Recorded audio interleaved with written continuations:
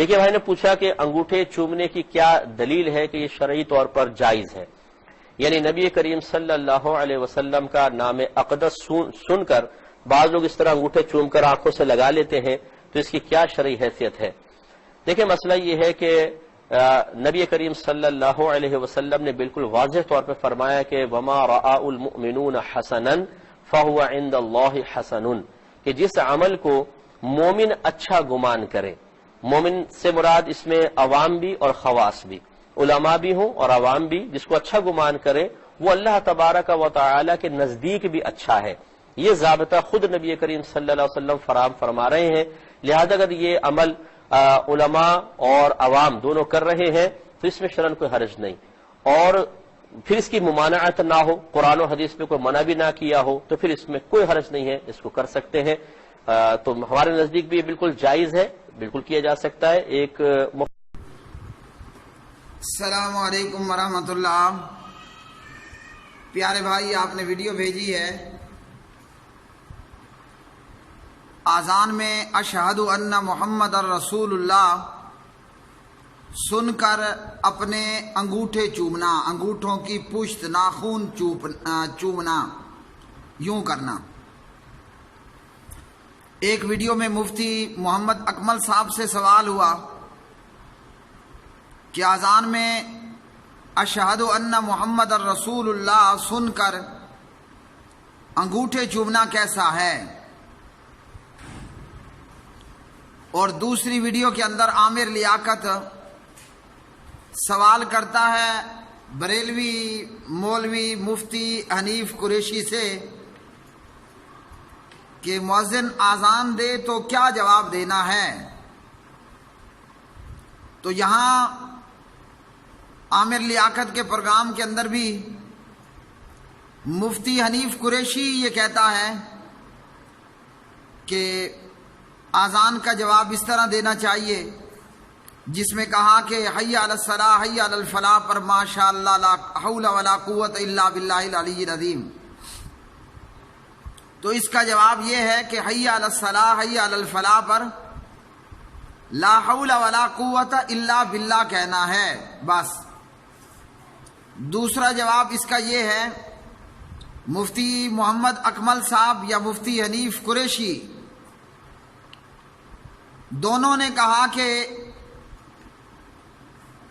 انگوٹھے چومنا، اور جناب ابوبکر صدیق رضی اللہ تعالی عنہ نے چومے، اور اس تعلق سے دیگر روایات میں حضرت خضر علیہ السلام کے تعلق سے انگوٹھے چومنے کا ذکر، تو یہ تمام باتیں بے سند ہیں اور بے بنیاد ہیں۔ تو بے سند اور ضعیف سند کے ساتھ موجود روایات سے مسئلہ ثابت نہیں ہوتا، نہ تو عقائد، نہ تو احکام میں، اور نہ ہی مسائل میں یا اعمال میں۔ انگوٹھے چومنے والی یہ بات بے بنیاد ہے، بے اصل ہے، اور بے بنیاد، بے اصل اور بے سند یا ضعیف سند کے ساتھ موجود مرویات سے کچھ بھی ثابت نہیں ہوتا ہے۔ اور کہا کہ بھئی یہ حضور صلی اللہ علیہ وسلم کا نام چوم رہا ہے، میرے انگوٹھے میں، یہ انگوٹھا میرے انگوٹھے کی پشت میں حضور صلی اللہ علیہ وسلم کا نام کہاں سے آ گیا؟ اگر کسی نے کوئی نام چومنا تھا، بھئی یہ کاغذ ہے یا کوئی بورڈ ہے یا کوئی چیز ہے کہ جس پہ حضور صلی اللہ علیہ وسلم کا نام لکھا ہے، حضرت محمد صلی اللہ علیہ وسلم، تو یہاں اس انگوٹھے کی پشت پر، نہ انگوٹھے کے اندر کی طرف، دونوں طرف حضور صلی اللہ علیہ وسلم کا کوئی نام نہیں لکھا، نہ میرے ناخن پر اور نہ انگوٹھے کے اندر کی طرف۔ تو یہ کس نے کہا ہے کہ انگوٹھے چومنے والا حضور صلی اللہ علیہ وسلم کا نام چوم رہا ہے؟ محض خیالی پلاؤ ہے، بے بنیاد من گھڑت بات ہے۔ حضور صلی اللہ علیہ وسلم سے پوچھ لیتے ہیں نا، مؤذن اذان دے تو ہمیں کیا کہنا ہے؟ تو پیارے نبی علیہ الصلوۃ والسلام ہمیں بتا رہے ہیں مؤذن اذان دے تو ہمیں کیا کہنا ہے۔ یہ میرے سامنے ترمذی ہے، اور ترمذی میں حدیث نمبر ہے 208۔ یہ لوگ عالم کہلوانے کی بجائے اجہل کہلوانے کے زیادہ لائق ہیں۔ اور یاد رکھیے کہ ٹوپی، پگڑی، رومال، جبہ یہ پہن لینے سے بندہ عالم نہیں بنتا۔ عالم وہ ہے کہ آپ سوال کریں اور وہ قرآن مجید سے پوچھ کر آپ کے سوال کا جواب دے۔ عالم وہ ہے آپ سوال کریں، وہ جناب محمد الرسول اللہ صلی اللہ علیہ وسلم سے پوچھ کر آپ کو جواب دے، یہ ہے عالم۔ اور جو گھڑنتو لگائے وہ عالم نہیں ہوا کرتا۔ اور ہم نے سمجھ لیا کہ جناب بڑی سی پگڑی لگا رکھی ہے، جیسے اس ویڈیو کے اندر آپ دیکھتے ہیں کہ حنیف قریشی صاحب نے کالی پگڑی لگا رکھی ہے، تو پگڑی یا جبہ یا لمبا چولا یہ عالم ہونے کی نشانی نہیں ہے۔ اور سبحان اللہ آپ کو بتاؤں کہ جب پیارے نبی علیہ السلام اور آپ کے صحاب مکہ مکرمہ سے ہجرت کر کے مدینہ پاک آئے تو آنے والا اجنبی اس کو معلوم نہ ہو پاتا کہ اس مجلس میں موجود ہو پیغمبر کون ہیں۔ وہ جناب ابو بکر صدیق رضی اللہ تعالی عنہ کی بڑی عمر کی وجہ سے یہ سمجھ لیتے کہ گویا کے پیغمبر یہ ہیں۔ تو کوئی خاص قسم کا حلیہ بنا لینا یہ عالم ہونے کی نشانی کوئی نہیں ہے۔ عالم وہ ہے جو آپ کے سوال پر جواباً قرآن پڑھے، نبی علیہ الصلوۃ والسلام کا فرمان پڑھے۔ پیغمبر سے پوچھنے کا معنی کیا ہے؟ پیغمبر سے پوچھنے کا معنی یہ ہے کہ عالم آپ کے سوال کے لیے بخاری کھول لے، مسلم کھول لے، ترمذی کھول لے، ابو داود ابن ماجہ کھول لے۔ جیسے میں نے کھولی نا، بخاری کھولی، مسلم کھولی، ترمذی کھولی، تو مؤذن جب اذان دیتا ہے اس پر ہم نے کیا کہنا ہے اور بعد میں کیا کہنا ہے، تو حضور صلی اللہ علیہ وسلم بتا رہے ہیں میرے سامنے ہی۔ تو انگوٹھے چومنا، انگوٹھوں کے ناخون چومنا۔ اب یہ دونوں انگوٹھے، یہ دو انگوٹھے ہیں نا، ٹھیک ہے۔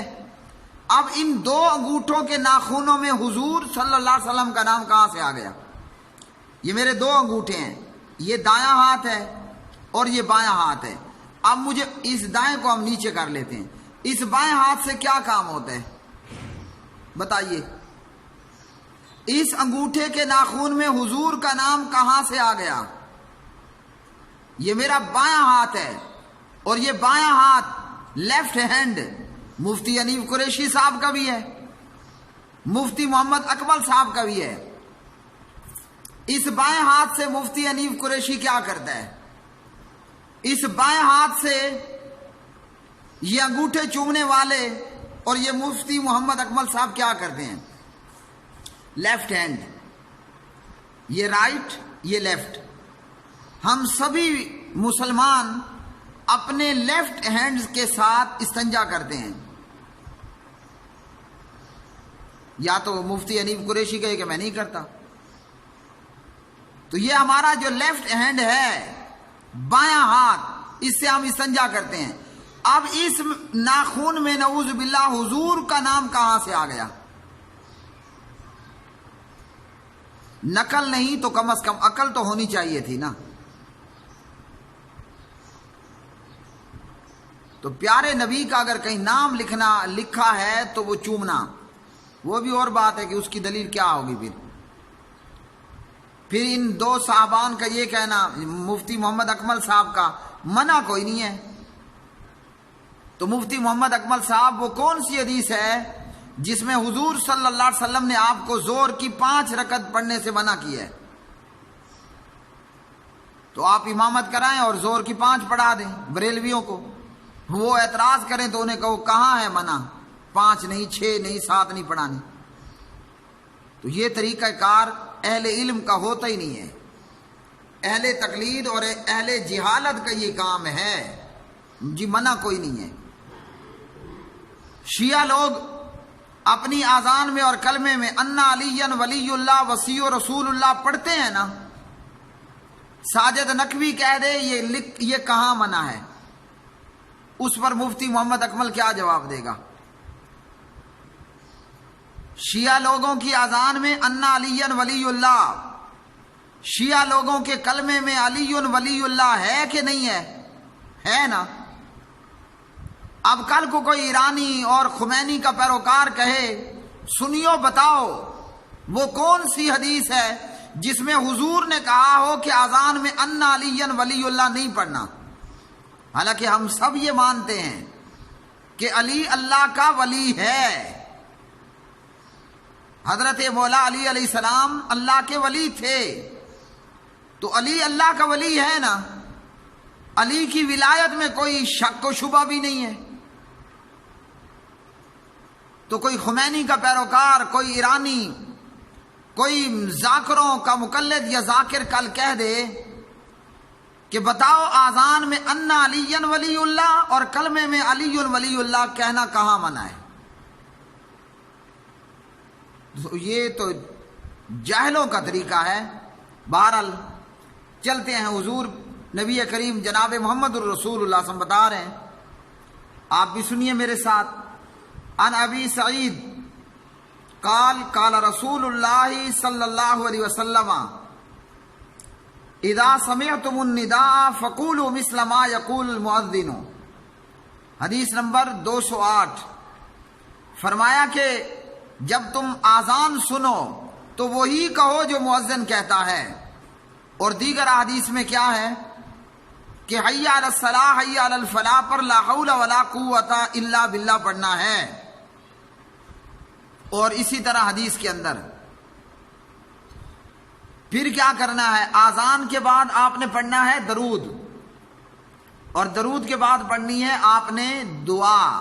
ثم صلوا علیہ، پھر میرے اوپر کیا کرنا ہے؟ درود پڑھنا ہے. یہی حدیث عن ابی سعید الخدری رضی اللہ تعالی عنہ ان رسول اللہ صلی اللہ علیہ وسلم اذا سمعتم النداء فقولوا مثل ما يقول المؤذن. ابو داود حدیث نمبر 522. اور اسی طرح یہی حدیث صحیح مسلم میں اذا سمعتم النداء فقولوا مثل ما يقول المؤذن حدیث نمبر 383. اور یہی حدیث صحیح بخاری میں ابو سعید سے اذا سمعتم النداء فقولوا مثل ما يقول المؤذن. اور پھر اس کے بعد دعا ہے اللہم رب هذه الدعوة التامة والصلاة القائمة آت محمدا الوسیلة والفضیلة وابعثه مقاما محمودا الذی وعدته. یہ دعا پڑھ لینی ہے. اور جس نے یہ دعا پڑھ لی فرمایا حلت له شفاعتی یوم القیامہ، میری شفاعت قیامت کے دن اس کے لیے ہو گئی. تو یہ ہے کرنے کا کام. پیارے نبی علیہ السلام سے صحیح سند کے ساتھ کہیں یہ ثابت نہیں کہ آپ نے کہا ہو یا آپ کے سامنے انگوٹھے چومے گئے ہوں. اگر کتاب سے کام نہیں لیتے، قرآن سے کام نہیں لیتے، تھوڑا سا کھوپڑی سے لے لو. ان 2 انگوٹھوں میں اور ان کے ناخنوں میں حضور کا نام کہاں سے آ گیا؟ اس میں تو ایک تو یہ دایاں ہاتھ ہے، رائٹ ہینڈ، ہم کھانا کھاتے ہیں، پانی پیتے ہیں وغیرہ وغیرہ. یہ ہے ہمارا لیفٹ ہینڈ، ہاں جی، الٹا ہاتھ، اس سے ہم استنجا کرتے ہیں. تو اس کے انگوٹھے میں حضور کا نام کہاں سے آیا؟ جو پیارے نبی نے بتایا وہ نہیں کرنا،